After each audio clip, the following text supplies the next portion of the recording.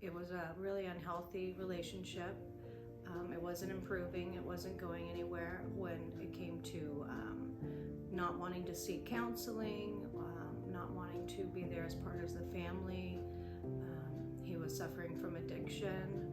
Drinking turned into a complete full-blown addiction, which is ultimately might take his life. We've all talked to him, you know, with family, friends, you know, doctors. He has to make that decision. That's when I knew I needed to find an attorney. I was afraid that if I didn't have representation, how was that going to look for me as trying to seek sole custody of my son when I knew that his father was suffering from addiction. It was frightening. He was showing up at our son's school,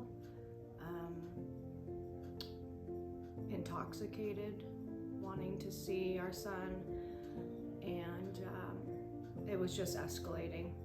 It was escalating and he was deteriorating, and I knew that I had to just step in, and that's what I did. And so the next day we went to court and I got temporary full custody of our son, which I do now have legal full custody of him. It's hard when you are at home and you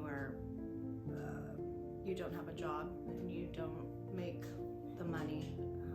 So there's a lot of intimidation there when somebody is the person that is financially taking care of the family. You know, it always made me feel like my worth was nothing. And my worth is something. When you don't know what your rights are and you don't know how the big picture is even going to look, they help you paint what the picture can look like, and that's really important, especially when it comes to your children.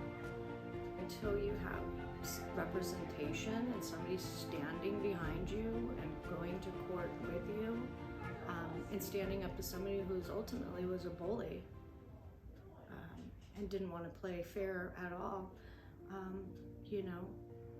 that feels really good. It was really serene when I walked out of the court. It was just really quiet. But I felt like out of all those years that I waited, because it took years, it was over with, and somebody had ruled in my favor, and she was very kind to Sean and just said, I hope you get the help that you need.